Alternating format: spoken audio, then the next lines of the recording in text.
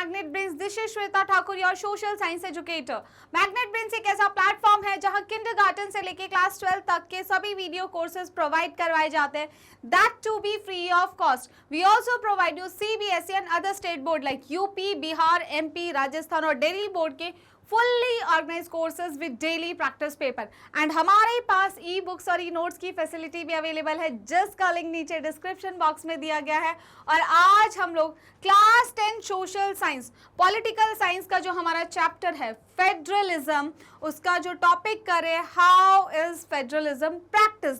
देखिए इंडिया इतनी diverse country है, इतनी डिफरेंट स्टेट्स हैं, और तो वहां पे उस डाइवर्सिटी को अकोमोडेट करना यही अपने में बहुत बड़ी बात हो जाती है। तो किस तरीके से इंडिया में फेडरलिज्म जो है वो प्रैक्टिस किया जाता है। अगर हम लोग बोले कि मैम जो कॉन्स्टिट्यूशनल प्रोविजन है ना उनके अकॉर्डिंग ही जो चलता रहेगा तो भाई इंडिया एक फेडरल कंट्री हो जाएगी और वो फेडरलिज्म प्रैक्टिस भी होगा, नहीं, उसकी डाइवर्सिटी को अकोमोडेट करना भी बहुत ज़रूरी है। देखिए इंडिया बहुत डाइवर्स है, माना कि कॉन्स्टिट्यूशन में बहुत फीचर्स लिखे गए, बहुत प्रोविजंस है जिनको फॉलो करना पड़ता है, पर कुछ जगहों की डाइवर्सिटी को अकोमोडेट करना भी बहुत ज़्यादा ज़रूरी है। जैसे हमने देखा था कि कुछ स्टेट्स जो है, जैसे हमारी नॉर्थ ईस्टर्न स्टेट, उनके लिए आर्टिकल 371 के अकॉर्डिंग कुछ स्पेशल पावर्स दिए, मतलब उसको भी हमने वहाँ की सिचुएशन के अकॉर्डिंग अकोमोडेट किया। तो अगर हम लोग देखें, हम बात करें द सक्सेस ऑफ फेडरलिज्म की, किस तरीके से एक फेडरलिज्म जो है मैम वो सक्सेसफुल होगा। कॉन्स्टिट्यूशनल प्रोविजंस जो होते हैं हमारे, जो हमारे कॉन्स्टिट्यूशनल प्रोविजंस होते हैं आर नेसेसरी, वो तो जरूरी है किसके लिए, for the success of federalism. उनको तो मानना पड़ेगा ना भाई, कॉन्स्टिट्यूशन में लिखा है, हमारी लॉ बुक में लिखा है, बट इतना ही सफिशिएंट नहीं है, बाकी चीजों को भी ध्यान से समझना पड़ेगा।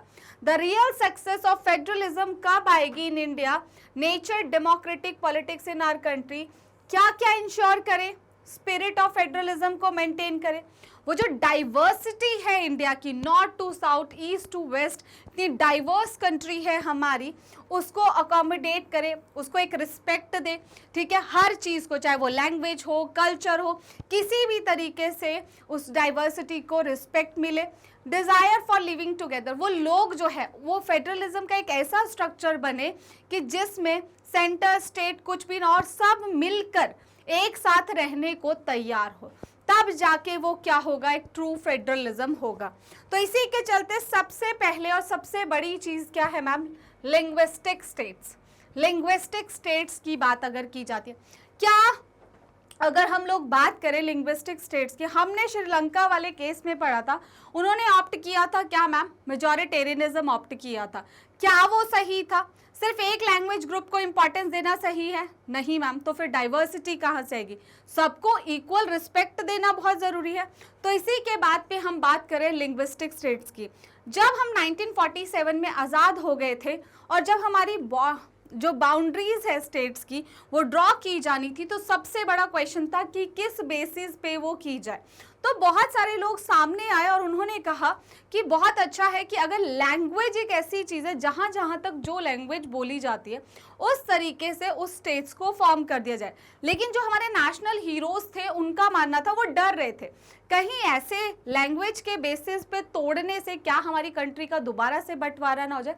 उनका कंसर्न अपनी जगह सही था, लेकिन एक मेन पर्सन की मैं बात बताना चाहूँगी, वो है पोटी श्री मल्लू। एक स्टोरी है छोटी सी, पोटी श्री मल्लू।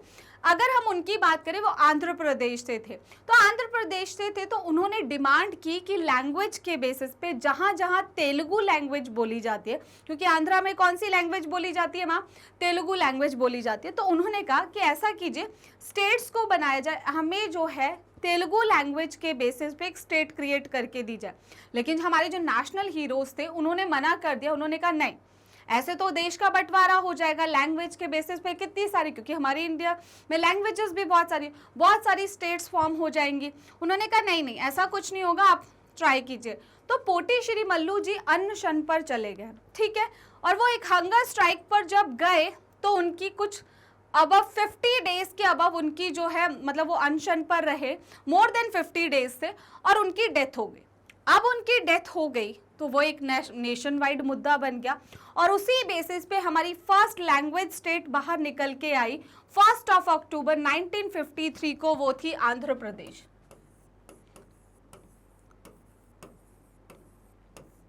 और बाद में ये भी माना गया कि लैंग्वेज के बेसिस पे जो है इजी है बाउंड्रीज को ड्रॉ करना, राइट। तो सबसे पहली जो हमारी लिंग्विस्टिक स्टेट बनी थी वो कौन सी थी?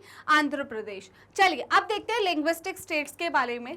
Creation of linguistic states, linguistic का मतलब मैम लैंग्वेज के बेसिस पे, was the first major test of democratic politics, ठीक है।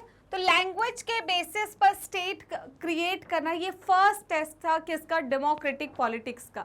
अगर देखा जाए सिंस 1947 से 2020 तक number of old state vanish, बहुत सारी ओल्ड स्टेट्स को वैनिश किया गया, हटाया गया, न्यू स्टेट्स को क्रिएट किया जा रहा था, राइट। नई स्टेट्स को क्रिएट किया जा रहा था। देखिए जब हम लोग आज़ाद हुए थे ना, तो ब्रिटिशर्स हमारे यहाँ से गए थे, कुछ तो हमारी प्रिंसली स्टेट्स थी, तो प्रिंसली स्टेट, अब इतनी ज़्यादा कंट्री में इतने छोटे छोटे इतने सारे टुकड़े हो रखे थे उन प्रिंसली स्टेट्स के, उन सबको एक करना बहुत ज़रूरी था, तो उनको मर्ज कर करके जो है नई स्टेट्स क्रिएट की जा रही थी। This was done to ensure that people who spoke the same language, अब ये इंश्योर किया जा रहा था जो एक जैसी लैंग्वेज बोल रहे हैं lived in the same state, वो एक ही स्टेट में होने चाहिए। Some states were created on the basis of culture, कुछ जो है कल्चर, जिनका सारी स्टेट लैंग्वेज के बेसिस पे नहीं बढ़ी, कुछ वहाँ का कल्चर कैसा है, वहाँ की एथनिसिटी, जोग्राफी, मतलब वहाँ के लोग ट्राइबल्स, ये सब हर चीज़ को ध्यान में रखते हुए बनाया गया। तो जो स्टेट्स किसके बेसिस पे? कल्चर, एथनिसिटी एंड ज्योग्राफी के बेसिस पे बनी, वो कौन कौन सी थी? नागालैंड, उत्तराखंड एंड झारखंड। अगर हम लोग बात करें उसके बाद व्हेन द डिमांड, सबसे पहले जो डिमांड की गई formation of state on the basis of language, मैंने आपको अभी बताया जब लैंग्वेज के बेसिस पे पहले डिमांड की गई तो इसको मना कर दिया गया, right. When the demand for the formation of the states on the basis of language was raised, उस डिमांड को उठाया गया, some national leaders जो है उनको डर था that it would lead to the disintegration of the country। इतनी सारी लैंग्वेज के बेसिस पे स्टेट बनती जाएंगी तो उनको लग रहा था कि डिसइंटीग्रेट हो जाएगी कंट्री, और छोटे छोटे अभी तो आज़ाद हुए हैं, अभी ही छोटे छोटे टुकड़ों में बढ़ जाएगा। कोई कहेगा मैं यहाँ तेलुगु बोलने वाला हूँ, कोई कहेगा मैं कन्नड़ वाला ऐसा नहीं हो सकता, हम सब इंडियन हैं at the end of the day, right. तो द सेंट्रल गवर्नमेंट रेजिस्टेड, वो थोड़ा सा आनाकानी कर रहे थे। फिर मैंने आपको बताया था जब पोटी श्री मल्लू वाला केस हुआ था, उसके बाद दे रियलाइज कि नहीं, इसके बारे में हमें सोचना चाहिए। The central government resisted linguistic state, वो कहते थे कि नहीं, भाषा के आधार पर स्टेट्स को नहीं बनाया जाएगा। फॉर सम टाइम, कुछ टाइम तक वो इस बात पर अड़े रहे, but the experience has shown that the formation of linguistic state has actually made the country more united। लेकिन बाद में उनको रियलाइज हुआ कि उस तरीके से डिवाइड करना, कंट्री को बांटना, लैंग्वेज के बेसिस पे स्टेट्स का क्रिएशन करना ज़्यादा इजी था। It has also made administration भी ईजियर हो गया। मान लीजिए तेलुगु है, अब तेलुगु स्टेट जो है, मान लीजिए आंध्र प्रदेश है, सॉरी, वहाँ पर कौन सी लैंग्वेज बोली जाती है? तेलुगु। तो तेलुगु में जब वहाँ का ऑफिशियल वर्क होगा तो वहाँ के सभी लोगों के लिए इजी होगा, क्योंकि उनको वो लैंग्वेज आती है, बोलने में भी आती है और लिखने में भी आती है। सिमिलरली अगर हम लोग बात करें किसी और लैंग्वेज की, गुजराती की करें, तो वो वहाँ के लिए ईजी हो जाएगा। तो हर स्टेट की अपनी ऑफिशियल लैंग्वेज भी है, ताकि वहाँ के लोकल जो पॉपुलेशन है उससे ईजीली जो है वहाँ का एडमिनिस्ट्रेशन स्मूथ हो सके और वो मैसेजेस को भी समझ सके, राइट। तो अगर हम लोग बात करें, ये देखिए इस तरीके से हमारा जो India before and after partition की एक इमेज है ये आपके पास, राइट। अगर हम सबसे पहले बात करें लिंग्विस्टिक पॉलिसी की, हम बात करें, अ सेकेंड टेस्ट जो था for federation is the language policy. अब वो लैंग्वेज पॉलिसी क्या थी? Our constitution did not give the status of national. बहुत सारे बच्चे बोलते हैं मैम हिंदी हमारी नेशनल लैंग्वेज है, बच्चे ही नहीं बहुत ज़्यादा लोग बोलते हैं कि हिंदी हमारी नेशनल लैंग्वेज है। कब हुआ ये, किसने डिक्लेयर किया? ऐसा कुछ भी नहीं है। हम जो है हिंदी इंग्लिश सबको इक्वल इंपॉर्टेंस देते हैं। 22 हमारी शेड्यूल लैंग्वेजेस है जो 8th शेड्यूल ऑफ कॉन्स्टिट्यूशन में दी गई है। देखिए, our constitution did not give the status of national language, जैसे कि हमने कहाँ देखा था, श्रीलंका में एक लैंग्वेज को नेशनल लैंग्वेज का स्टेटस देना भी एक कंट्री के लिए बहुत बड़ी बात हो जाती है जब इतनी डाइवर्स पॉपुलेशन हो। आप एक लैंग्वेज को इंपॉर्टेंस देंगे। हमारे जो नेशनल लीडर्स थे उन्होंने बहुत सोच समझ के ये डिसीजन लिया कि किसी भी लैंग्वेज को, मतलब हम किसी को भी ये फील नहीं कराएंगे कि उनकी लैंग्वेज उतनी इंपॉर्टेंट नहीं। और इंडिया तो बहुत डाइवर्स था, राइट? ऐसा नहीं कि कोई भी पॉपुलेशन कम थी, अपने में सभी, माना कि हिंदी बोलने वाले ज्यादा है, बट ऐसा नहीं है। हर जो लैंग्वेज है उसकी अपनी ही इंपॉर्टेंस है। तो इसी को देखते हुए our constitution did not give the status of ma'am national language to any one language, किसी भी एक लैंग्वेज को नहीं दिया गया। हिंदी वॉज आइडेंटिफाइड, हिंदी को आइडेंटिफाई किया गया as the official language. Official language, भाई ऑफिशियल कामकाज हिंदी इंग्लिश में होते ही रहेंगे, लेकिन नेशनल लैंग्वेज नहीं डिक्लेयर किया, जैसे कि श्रीलंका ने किया था। हमने क्या देखा, उन्होंने मेजॉरिटेरियनिज्म ऑप्ट किया और सिन्हाला को नेशनल लैंग्वेज डिक्लेयर कर दिया। क्या हुआ उससे? कितने ज्यादा कॉन्फ्लिक्ट्स हुए, सिविल वॉर हुए उस कंट्री में। तो ऐसा नहीं कर सकते हैं। हमने अपनी डाइवर्सिटी को बचाने के लिए, ठीक है, तो हमने किसी भी लैंग्वेज को नेशनल लैंग्वेज का स्टेटस नहीं दिया। Hindi was identified as the official language, but Hindi is the mother tongue of only about 40% of Indian. ठीक है, सिर्फ 40% इंडियंस के, तो कैसे दे दें उसको status, right? Therefore, there were many safeguards to protect other languages. बहुत ज़रूरी है दूसरी लैंग्वेजेस को भी प्रोटेक्ट करना। Thus, we have 2 official languages है हमारे पास, हिंदी एंड इंग्लिश। हमने देखा है हमारा जो नॉर्थ रीजन है, नॉर्थ इंडिया है, वो मैक्सिमम क्या बोलता है मैम? हिंदी। एंड साउथ के लोग जो है, माना कि अपनी रीजनल लैंग्वेजेस तो हम बोलते ही हैं, लेकिन मेन ऑफिशियल लैंग्वेज कौन सी है मैम? इंग्लिश में वो लोग बात करते हैं, राइट? तो उन दोनों रीजन्स को कंट्री के रिस्पेक्ट करने के लिए हमने हिंदी एंड इंग्लिश दोनों को ऑफिशियल लैंग्वेज रखा है, राइट? पार्टीज कोशिश करती हैं हिंदी को लाने की, पर नहीं हो पाता और होना भी नहीं चाहिए। बिसाइड हिंदी, हिंदी के अलावा इंडियन कॉन्स्टिट्यूशन में recognised 21 languages as scheduled languages, in total 22। देखिए, सिंपल टर्म में समझे तो हमारी 22 जो है क्या मैम? शेड्यूल्ड लैंग्वेज है।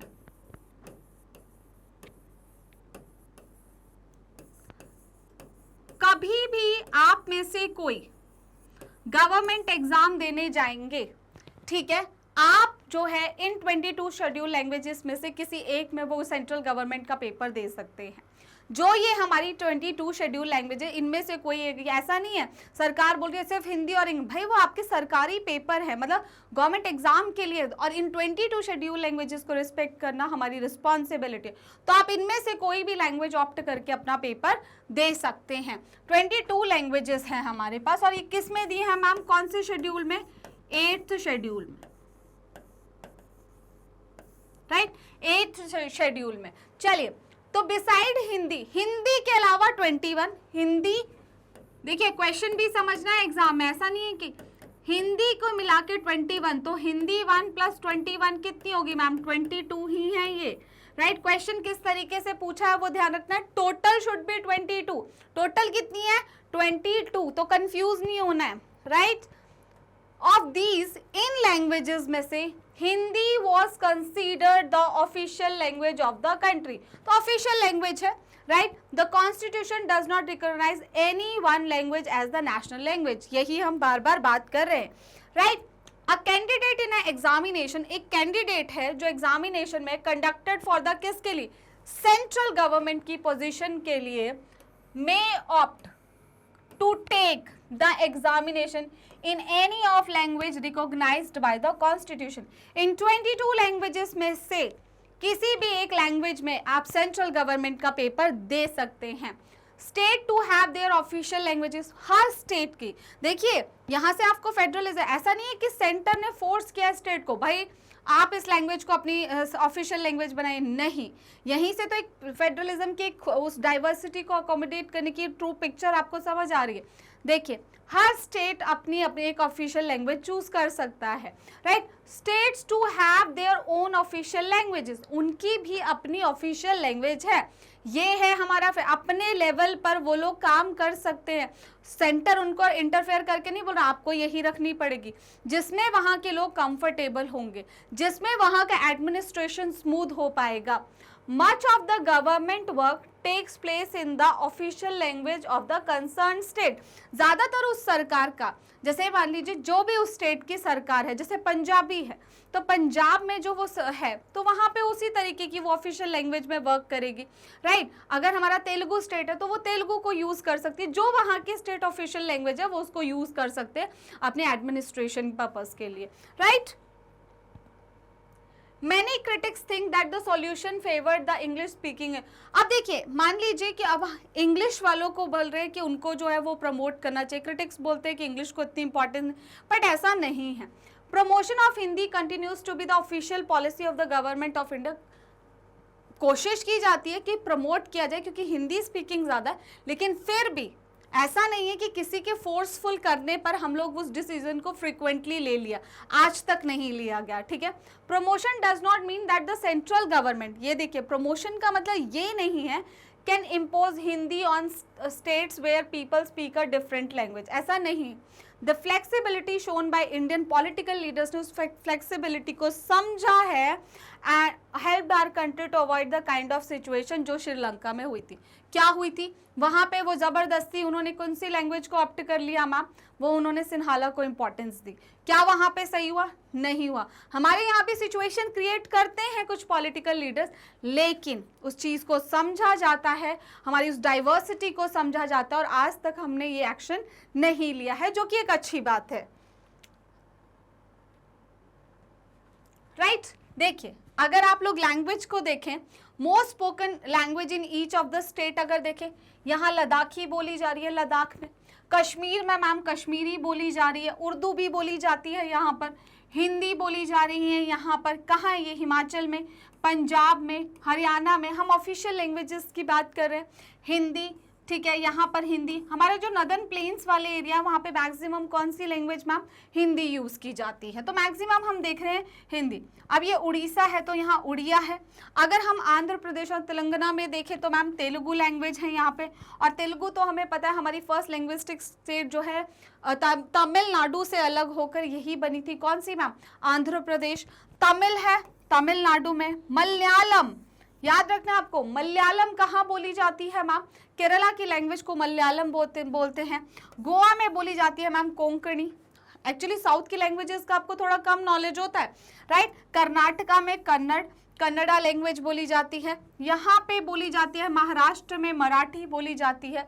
अगर इधर देखा यहाँ पे असमीज है हमारी, राइट। उसके बाद मेघालय में देखिए काशी है, निशी आपके अरुणाचल प्रदेश में, नागा हमारी नागालैंड में, फिर हमारी मणिपुरी है, फिर हमारी मीज़ो लैंग्वेज है, और हमारी जो है बंगाली लैंग्वेज, राइट। तो इस तरीके से देखिए इंडिया कितना डाइवर्स और कितनी डिफरेंट लैंग्वेजेस हम यहाँ पर बोल रहे हैं, राइट। पर साउथ की लैंग्वेजेस को जरूर ध्यान में रखना है, राइट। अब आते हैं सेंटर स्टेट रिलेशन पे। देखिए, अगर सेंटर और स्टेट के रिलेशन, अगर हमारा फेडरल सिस्टम स्ट्रॉन्ग कब होगा? जब सेंटर और स्टेट के रिलेशन अच्छे होंगे।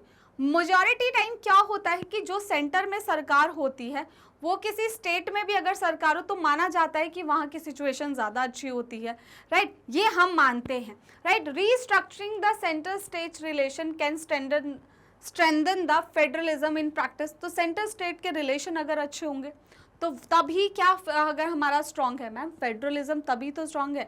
नहीं तो ये मतलब अगर सेंटर स्ट्रांग है और स्टेट के पास कोई पावर नहीं है तो क्या रिलेशनशिप अच्छे होंगे मैम? बिल्कुल भी अच्छे नहीं होंगे। तब वो सही मायने में फेडरलिज्म होगा मैम? नहीं होगा। For a long time one party ruled by both centre and most state. देखिए बहुत टाइम तक, जब 1947 में जब हम आज़ाद भी हुए थे, उसके बाद 1950s में जब हमारे इलेक्शन होना शुरू हुए, ठीक है, और इस तरीके से 1951 में हमारे फर्स्ट इलेक्शन शुरू हुआ, पूरे तरीके से नहीं हो पाए, फिर 1952 में गए वो, तो इस तरीके से अगर देखें, जब वो शुरू से लेके काफी टाइम तक एक ही पार्टी जो है वो आती रही। बहुत बार ये होता है कि एक पार्टी जीतना शुरू करते तो सेंटर और स्टेट में जो है वही पार्टी जीतती जाती है। This mean that state government did not exercise their right autonomous federal units में। तो इसका मतलब ये है for a long time one party ruled both centre and state system. इसका मतलब है state government did not exercise their rights. क्यों? क्योंकि जो सेंटर गवर्नमेंट उनकी बनी है वो ट्राइड करती है उनके ऊपर अपना रोब रखने का, उनसे काम कराने का। The centre tried to undermine the power of the state which was ruled by different party. हम ये मानते हैं जब सेंट्रल गवर्नमेंट में और स्टेट गवर्नमेंट में सेम पॉलिटिकल पार्टीज होती हैं तो वो अपनी पार्टी को ऑब्वियसली सपोर्ट करती है, लेकिन जब सेंटर गवर्नमेंट अलग किसी पार्टी की और स्टेट में कोई और पार्टी हो तो वो उसमें उतने अच्छे तरीके से काम नहीं करती उस पर्टिकुलर स्टेट में। In those days the central government would often misuse, क्योंकि काफ़ी चीज़ों में हमने क्या देखा था, जैसे रेजिडरी सब्जेक्ट है उसका मुद्दा किसके हाथ पे जाएगा? मैम सेंटर के। अब जब हमारी कॉन्करेंट लिस्ट का मुद्दा है, जो मैरिज का है, अडॉप्शन का है, फॉरेस्ट और एजुकेशन के मुद्दे हैं जो हमारे, मान लीजिए उस पर जो दोनों गवर्नमेंट जब लॉ बना रही है, दोनों गवर्नमेंट लॉ हमें पता है कि मतलब सेंटर और स्टेट कॉमन इंटरेस्ट का मुद्दा है, सेंटर और स्टेट दोनों मिलके बनाएंगी। जब सेंटर और स्टेट दोनों मिलके उस पर काम करेंगी तो क्या होगा? किसकी बात? अगर कोई डिस्प्यूट होता है तो किसकी बात मानी जाएगी? मैम सेंट्रल गवर्नमेंट की। तो क्या आपको लगता है वो सही हो पाएगा? मैम नहीं हो पाएगा। In those days, the central government would often misuse the constitution to dismiss the state government that were controlled by the rival parties, the undermine the spirit of federalism। और इससे जो है फेडरलिज्म के लिए ये सही नहीं है, राइट? ये बिल्कुल भी सही नहीं है कि अगर सेंटर और स्टेट में अलग गवर्नमेंट है और सेंट्रल गवर्नमेंट जो है वो अपनी पावर्स का मिसयूज करके स्टेट गवर्नमेंट को उतनी अथॉरिटीज नहीं देती है, राइट? तो ये फेडरलिज्म के लिए तो बिल्कुल भी सही नहीं है। अब आता है beginning of the era of coalition government. ठीक है, कोलेशन गवर्नमेंट क्या होता है? जब दो सरकार, जैसे मान लीजिए जब किसी भी पार्टी को मेजॉरिटी नहीं मिल पाती है, जब इलेक्शन होने के बाद किसी भी पार्टी को मेजॉरिटी नहीं मिल पाती है तो दो या दो से ज़्यादा पार्टीज मिलकर सरकार बनाती है, उसे बोलते हैं कोलेशन गवर्नमेंट, राइट? उसको क्या बोल सकते हैं? कोलेशन गवर्नमेंट हम बोलते हैं। जब किसी भी इलेक्शन होने के बाद, देखिए ध्यान रखिए, एक वर्ड होता है अलायंस, एक होता है कोलेशन। कोलेशन में क्या डिफरेंस है कि वो इलेक्शन होने के बाद की सिचुएशन है। कैसे? कि जब दो या दो से ज़्यादा पार्टीज जो है इलेक्शन में नहीं जीत पाती है, एक पार्टी के पास क्लियर मेजॉरिटी नहीं होती है, तो दो या दो से ज़्यादा पार्टीज मिलकर जो है सरकार बना लेती है, वो होती है मैम हमारी coalition government. After 1990s rise of regional political parties in many state. 1990s के बाद हर स्टेट में, बहुत सारी स्टेट में अपनी अपनी रीजनल पार्टीज, एक तो होती है नेशनल लेवल की पार्टी। नेशनल लेवल की हमारे पास अभी करंट में कितनी पार्टीज है? 8 पार्टीज है। नेशनल लेवल की जो पार्टीज है वो कितनी है? 8 पार्टीज। और बहुत स्टेट में तो बहुत सारी रीजनल पार्टीज होती है। तो 1990s के बाद देखा गया बहुत स्टेट्स में अपनी अपनी पार्टीज जो है वो बनने लग गए of the country. Era of coalition इसे बोलते हैं, government begin eight the centre. अब क्या था? क्योंकि इसको टाइम पीरियड ऑफ कोलेशन क्यों बोलते हैं? Since no single party got a clear majority. अब मैंने आपको बताया जब किसी सिंगल पार्टी को क्लियर मेजॉरिटी नहीं मिलेगी लोकसभा में, in the Lok Sabha the major national parties had to enter into an alliance. अब देखिए वो क्या बनाएंगे? अलायंस बनाएंगे with many parties including several regional parties to form a government at the centre. Regional parties, state parties मिलके एक alliance बना लेती हैं, किस में आने के लिए? कि लड़ेंगे इलेक्शन, मिल के लड़ेंगे और कहाँ पर आएंगे? सेंटर में आकर ही रहेंगे। जब बहुत सारी पॉलिटिकल पार्टीज मिल जाती है स्टेट और सेंटर की, ठीक है, ताकि इलेक्शन से पहले कि भाई अब जीत जाएंगे, तो वो है अलायंस। क्या है? अलायंस है। इलेक्शन से पहले क्या हो रहा है मैम? अलायंस हो रहा है, ठीक है। This led to a new culture of power sharing हमें देखने को मिला। This was even supported by Supreme Court ने भी बोला, made it difficult for the central government to dismiss state government. देखिए इस तरीके से बहुत ज़्यादा ज़रूरी था। अगर कोलेशन सरकार भी मध्य रीजनल और मतलब सेंटर को मिला के, तो वो भी कोई डिस्प्यूट का मैटर नहीं है। At the end of the day हमारा मोटिव क्या है कि हमें एक अच्छी सरकार मिलनी चाहिए जो एक स्मूथ एडमिनिस्ट्रेशन को चला सके। तो अगर हम लोग बात करें, दो वर्ड्स को समझना ज़रूरी है। मैम, अलायंस क्या होता है और कोलेशन क्या होता है? व्हेन टू और मोर, दो या दो से ज़्यादा party join hands for the purpose of contesting election, दो या दो से ज़्यादा पार्टी मिलकर क्या है कि भाई हमें इलेक्शन में लड़ेंगे, इलेक्शन से पहले की बात है, इलेक्शन में लड़ेंगे हम, तो वो होती है अलायंस, गठबंधन। जैसे कि हमारा एनडीए है, national democratic alliance, national democratic alliance,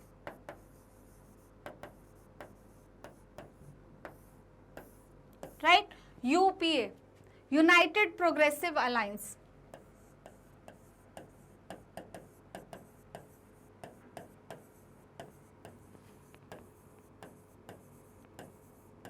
ये हमारे बहुत बड़े अलायंसेस हैं।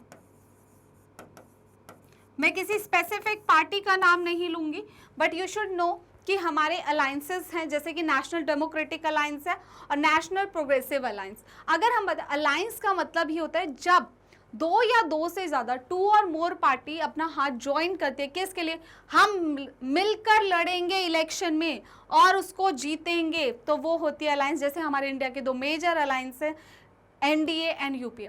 कोलिशन गवर्नमेंट क्या? अब इलेक्शन हो चुके हैं, अब किसी एक सिंगल पार्टी को मेजॉरिटी नहीं मिली है। When no party wins the majority, तो दो या दो से ज्यादा पार्टी, देन टू और more parties join hand to form the government, दो या दो से ज्यादा पार्टीज अपने साथ में आती हैं और सरकार बनाती है, उसे बोलते हैं मैम कोलिशन गवर्नमेंट, राइट?